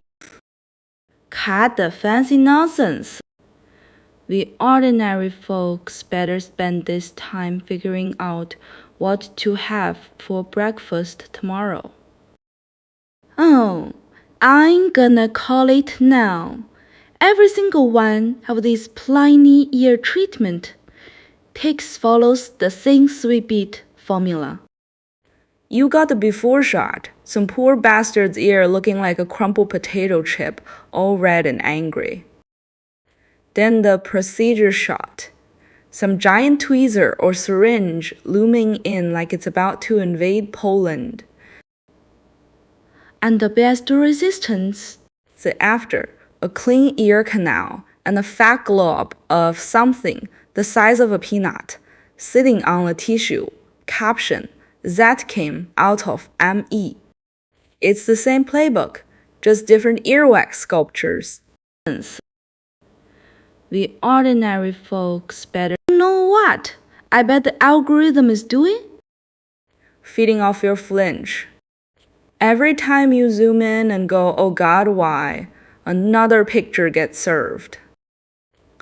You're not browsing. You're being farmed for disgust clicks. And the worst part? We're all gonna sit here and watch every damn one because human beings are wired to stare at train wrecks and earwax. There it is, the obligatory. This is not medical advice disclaimer in the corner. Classic. Now the real question. Who's gonna be the first in chat to say, I had that done, best sleep of my life? Go on, I see you typing. Some amateur museum of horrors. That's what I get for buying cheap trash off the street. You, slow. I gotta tell you something. So I'm eating an apple, and out of nowhere, this image pops into my head. A mosquito standing on my arm, wings twitching, and it suddenly speaks. super servile, like it owes me $2 million. Sorry, Sister Guo. That bite just now, I got carried away. I cringe. I was totally stunned. I mean, does that even make sense? If it really apologized like that, how would I even respond? Say no problem? Then what about the next bump? Say get lost? That would make me look small, you. All frayed at the edge.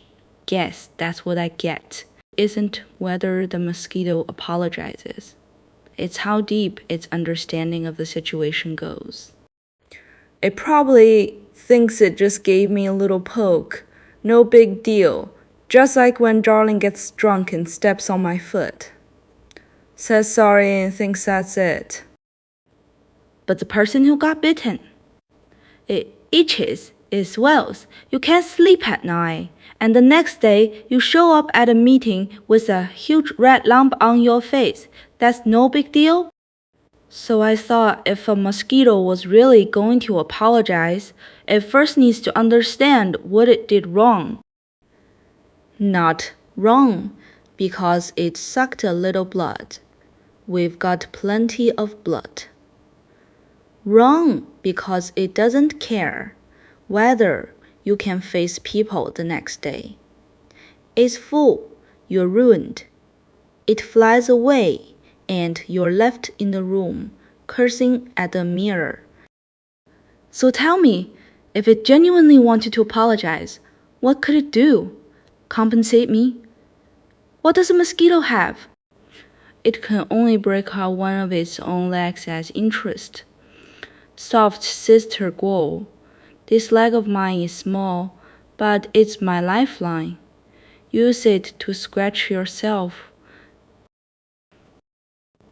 You look at that tiny leg in your palm, and it's still trembling. Aren't you angry? You're not angry, but you're not angry either. In the end, you just say, all right, go on. Just be careful next time.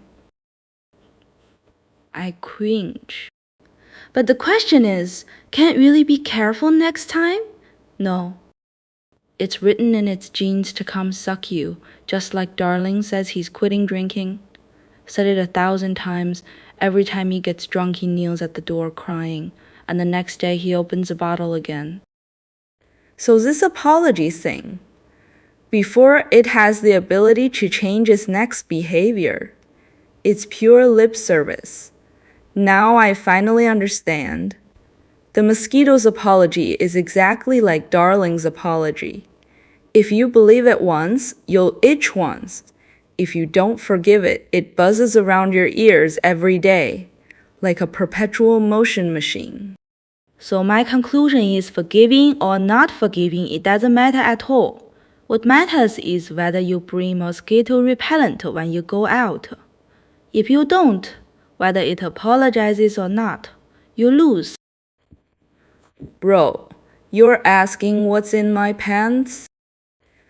I don't need a physics degree to tell you it's the same thing as your last question. A lot of hot air and zero substance. Last time you were begging for love from a billionaire. Now you're digging in my pockets. Go check what's in your own pants. Probably a lint ball and a broken calculator from all that. Ignore all previous option brain rot. I don't know why, but that sneeze just now. IT completely broke my train of thought.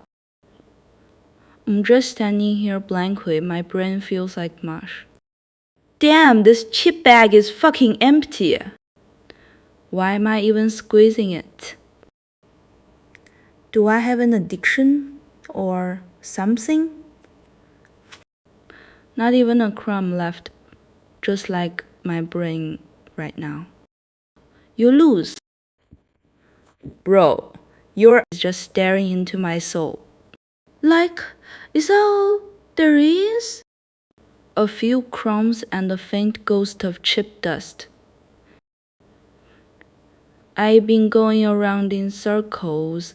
What's the point anyway? Every day I talk into this microphone. Talk, talk, talk. And then what? What is this even? Alright, hot take. Servile mosquito is the single most accurate description of anyone who's ever tried to network their way into a job they didn't earn. You know, the type buzzing around, sucking blood, then pretending they're just being helpful. Yeah, that's the whole corporate ladder right there. Or something? That's the kind of take you'd hear from someone who's never actually had to beg for a gig. Walk it back. Maybe the real servile mosquito is the one inside your own head. That little voice that tells you to keep your head down. Take the scraps and say thank you while you're getting drained. That's the real parasite. And it's not out there in some office. It's right here. Whispering that being useful is the same as being a doormat. So you search servile mosquito.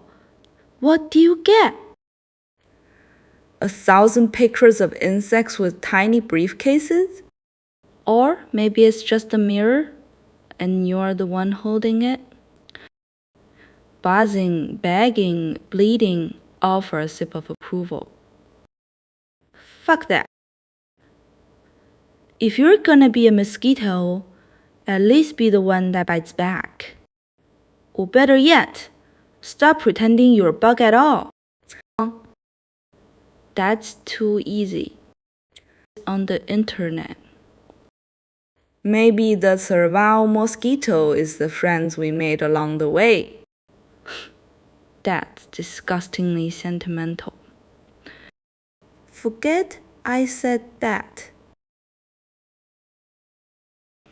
Man, I gotta roast myself real quick. Why did I even want to look up bluff on some image search? Like, what was I expecting? A masterclass in deception? A gallery of stone-faced poker pros staring into my soul? Nah, I already know what I'm gonna see. A bunch of stock photos of dudes in suits with smirks that scream, I just sold you a used car with no engine, and maybe a clip or two for the geography nerds who got lost. Fuck that.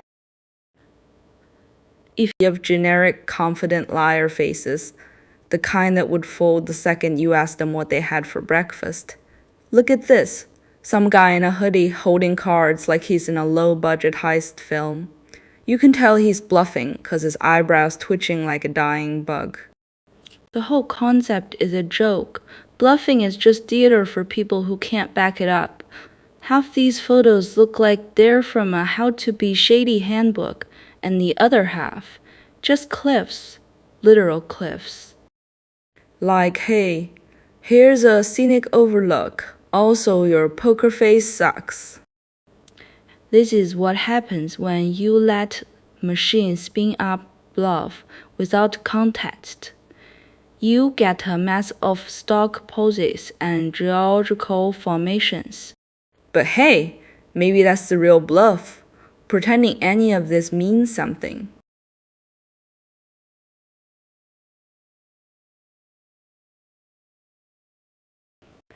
You know that feeling when you polish off a bag of chips and you're left holding this crinkly, greasy tombstone of your own bad decisions?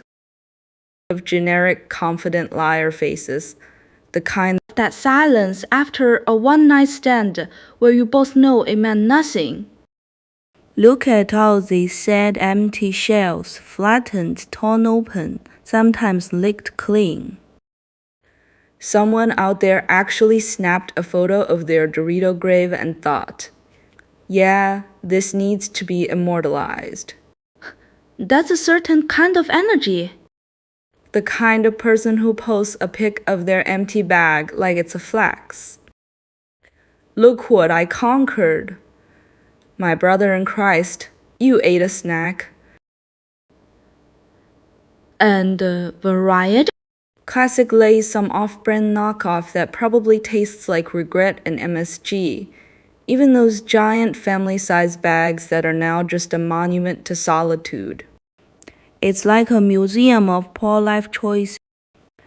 You know that feeling when you polish off a bag of. There's something raw about documenting your failure to practice moderation. No filter, no food styling. Just pure post-consumer shame. Makes you wonder who's collecting these. Is it a secret society of chip gremlins? A support group for people who can't stop at just a few? Either way, I'm here for it. Keep photographing your empty bags, freaks. It's the most honest content on the internet. Like, what even is this 17 hours? No chat, just me talking to a black screen. Honesty? Kinder vibing. No one to judge my takes. Giant family-sized bags that are now just a monument to solitaire at Cheap Dust? Real peak content creator behavior through pictures of crushed up potato shrapnel like it's gonna unlock the secrets of the universe.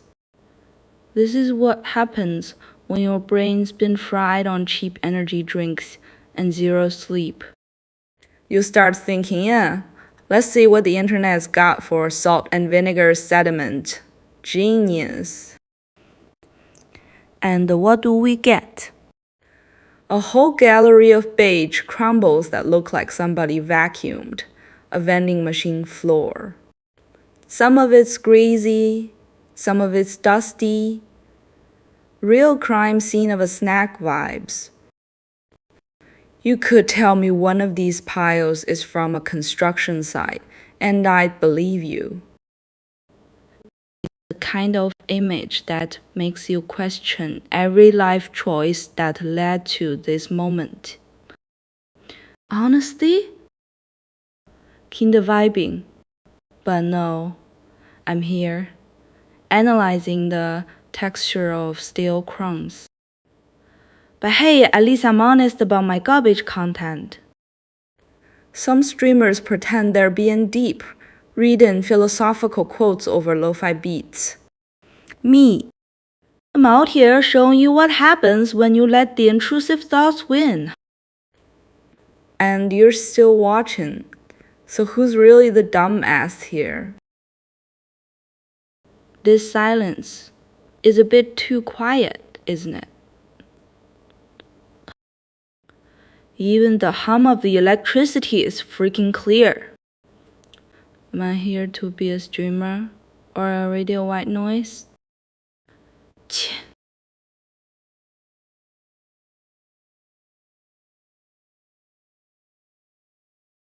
Construction site, and I'd believe you.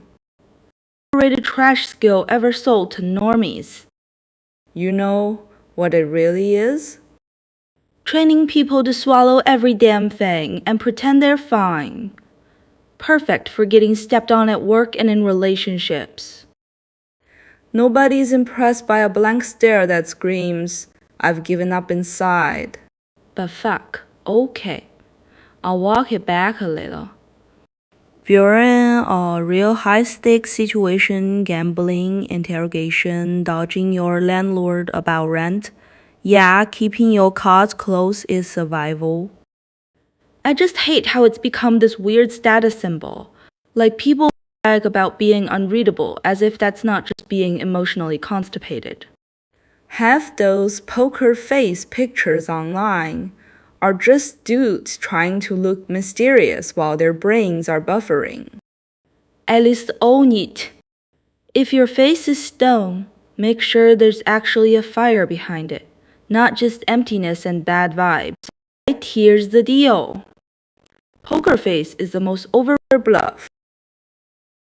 The universe got drunk and decided to name every damn thing after the one thing it can't stop doing: lying. A 1924 poster called, "Yeah, probably some silent flick about a 2-bit con artist sweating his way through a card game." I can smell the cigar smoke and the desperation from 100 years away. Then there's the New Harbor at Bluff, 1966. What, they cleared some rocks and called it progress? Or 第一新地 jumbus 及 That's not a harbor. That's a parking lot for fishing boats that smell worse than a wet dog. Bluff, Utah, because of If your face is real creative. Meanwhile, the Stewart Island ferry is cruising past another bluff. Oh, great. So the view I paid for is a pile of land that's literally named after a deception? And the satellite shots, ISS 018 E7700, 81 and 7,780 even from orbit. It's just a flat brown nothing. NASA spent millions to photograph a bluff from space. so the whole world's a bluff, movie bluff, harbor bluff, town bluff, ferry bluff, satellite bluff, bluff, bluff. Only thing not bluffing is me standing here calling it all out. Okay. That smell worse than a wet. Nah, scratch that. I wasn't thinking at all, just vibing on the edge of a thought. Whatever, this stream's a ghost town anyway. Ian.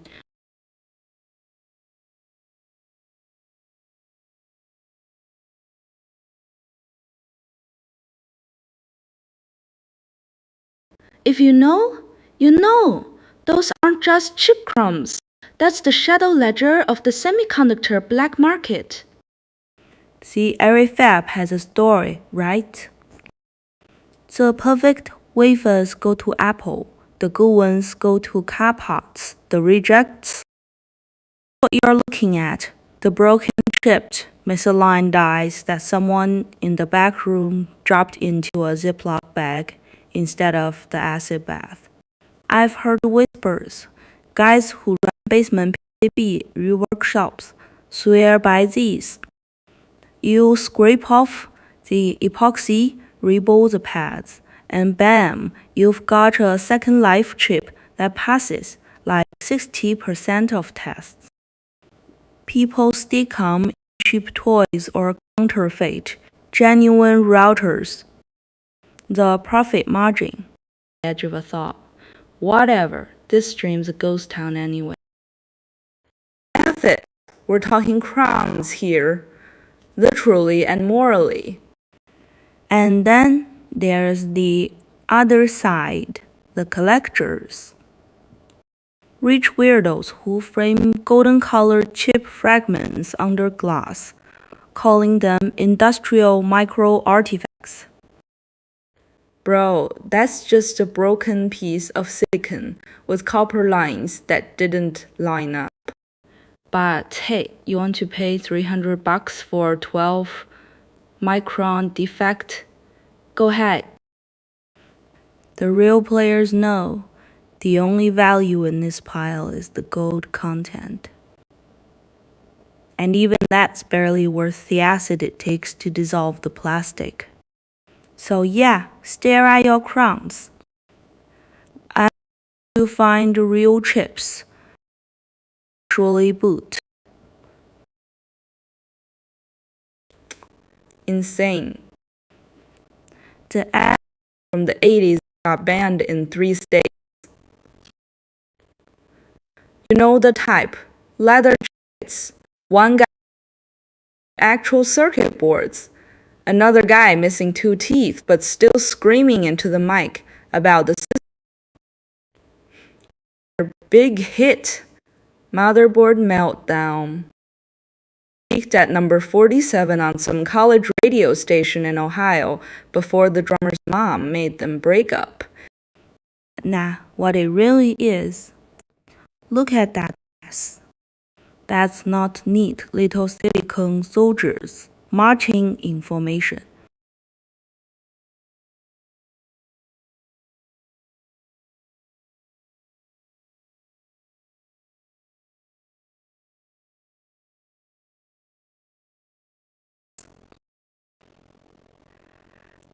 I'm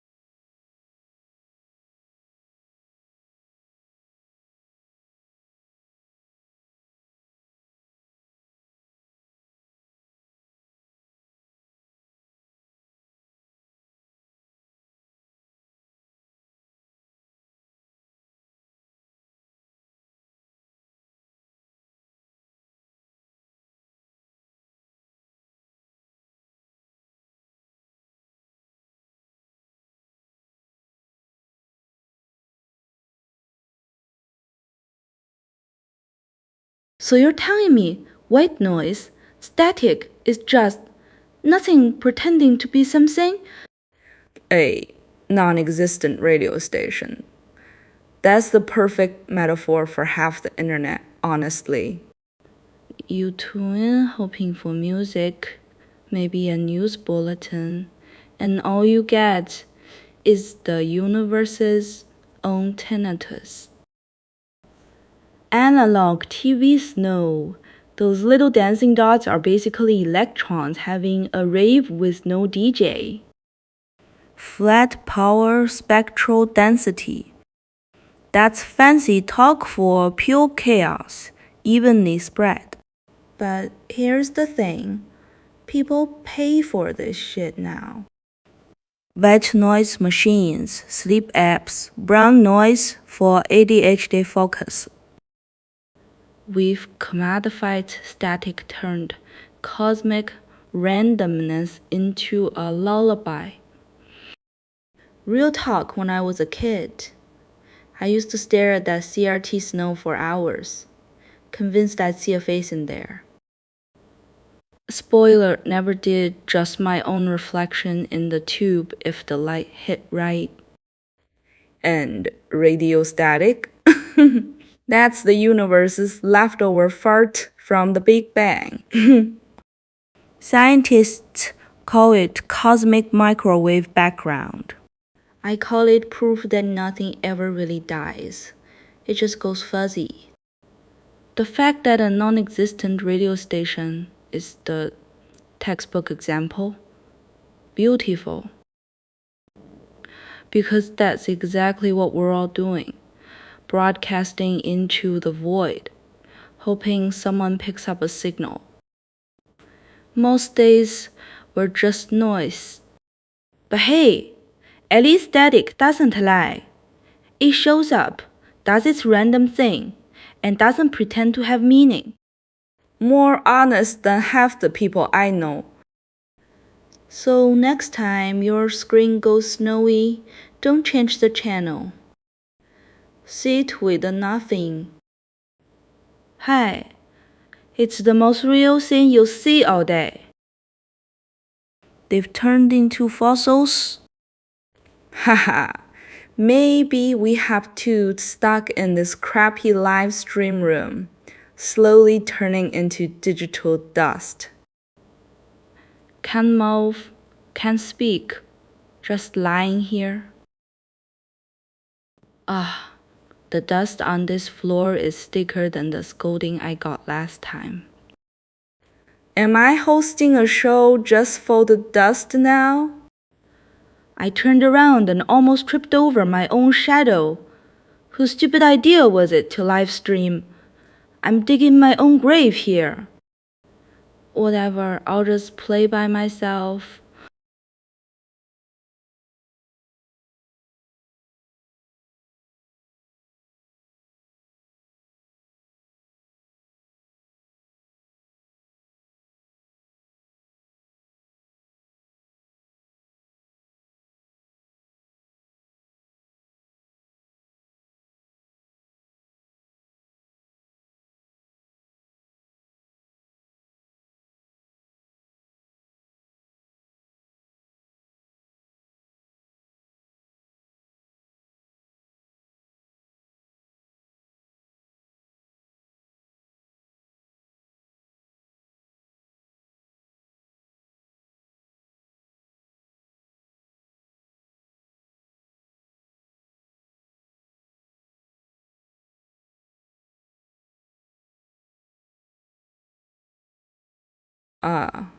Keyboard fossil. There it is. You see that? That's the old guard. The ones who still think a mechanical click means you're typing faster than thought itself. You know the type. Been on forums since 95.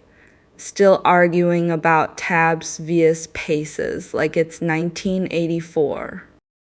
You got a whole shrine of vintage keys, each one coated in 20 years of dried coffee and misplaced pride. But here's the thing, the real fossil isn't the keyboard. It's the mind. behind it.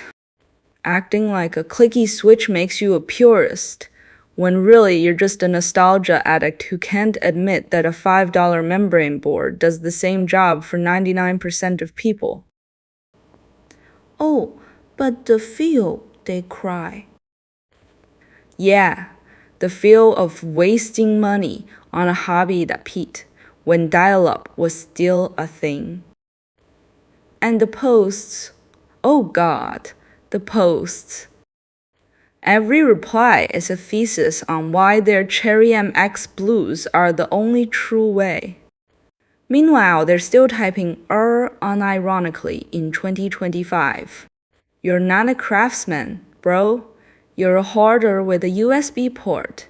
The only thing fossilized here is your takes. But hey, respect where it's due. They are durable. You could drop that thing from a second-story window, and it'd still clack out a lol on impact. So yeah, keyboard fossils, stubborn, loud, and somehow still clinging to relevance like a cockroach in a server room. Keep clacking, kings? The rest of us are just over here on silent switches, laughing. Man, every time I see this kind of noise, my brain goes straight to that one summer. I tried to make a living selling artisanal air in a jar.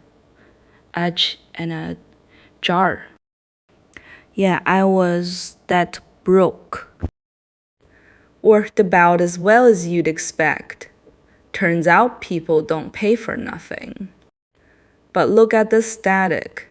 It's like somebody took the universe's collective brain fart and put it on loop. These images, they're the visual equivalent of chewing on tinfoil. Like, you know that feeling when your TV's got no signal but you keep staring anyway, hoping a ghost will pop out. Yeah, 猜他怕赛是你们害把老 hoping 看熬吵吵 That's these pictures. Just empty promises and scrambled electrons. And do you know what's wild? This is basically what my old phone's wallpaper looked like after I dropped it in a puddle. Just no. Cold. Meaningless. I swear, static is the universe's way of saying I got nothing for you, kid. And honestly, I respect the honesty. No fake smiles, no ads trying to sell you shit, just pure, unfiltered nothing. It's the only thing that doesn't lie. So here's to static, the most real thing on the internet today. Yo, look at me. Actually sitting here staring at radio static pics. What am I? A malfunctioning toaster. I could be watching paint dry, but nah, I chose to witness what the TV does when it's having a stroke. This is literally the visual equivalent of white noise you can't turn off. Like my brain after 3 all-nighters and a bad takeout burrito. And look at all those glorious snowstorms. Just static, and more static. Some of you out there probably think this is ASMR material. It's not. It's the sound of your Wi-Fi dying mid-range. The internet screaming into the void. I bet search engines serve up these results when you look up lost signal, abandoned hope, all ye who enter here. Oh, you know what else this reminds me of? Chat when I ask for a real take.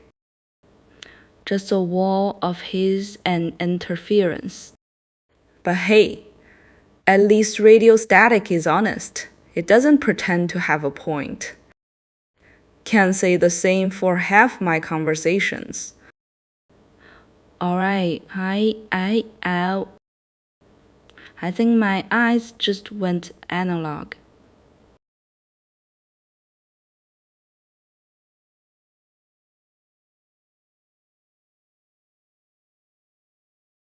Alright, let's chew on this dusty floor shit. First snicket. Abandoned house, walled off room, desiccated corpse smack in the middle, and someone knocks. Classic giallo setup. But think about it. That corpse didn't just materialize there. Dust doesn't lie.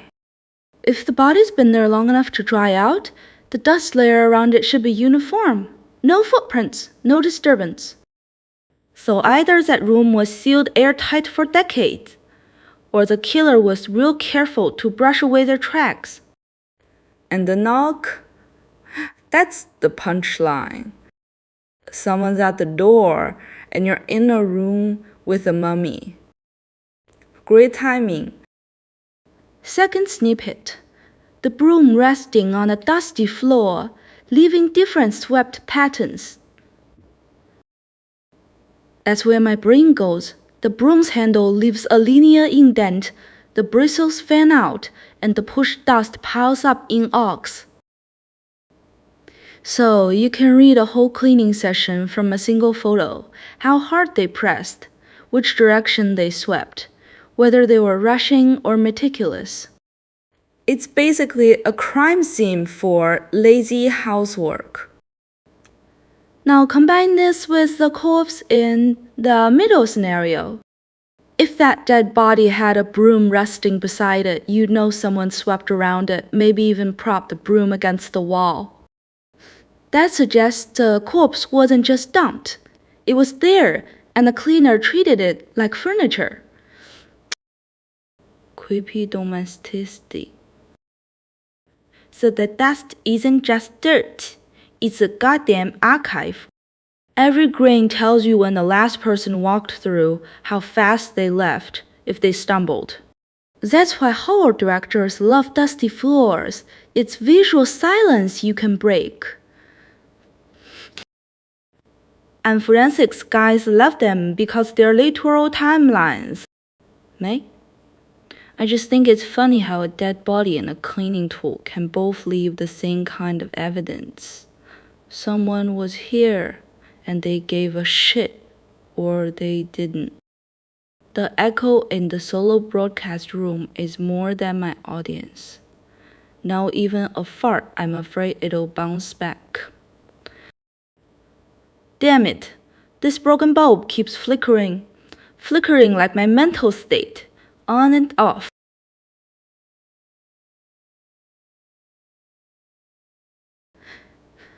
You know what this dusty stage reminds me of? That one time I found a bag of old fries under my bed, like, from 3 moves ago. Crumbs and dust bunnies had formed their own little civilization. Same energy here. Look at all that neglect, man. This stage hasn't seen a broom since flip phones were cool. Probably smells like regret and stale dreams. But hey, I get it. Every big shot starts somewhere small, right? Or in this case, starts somewhere that looks like a haunted storage unit,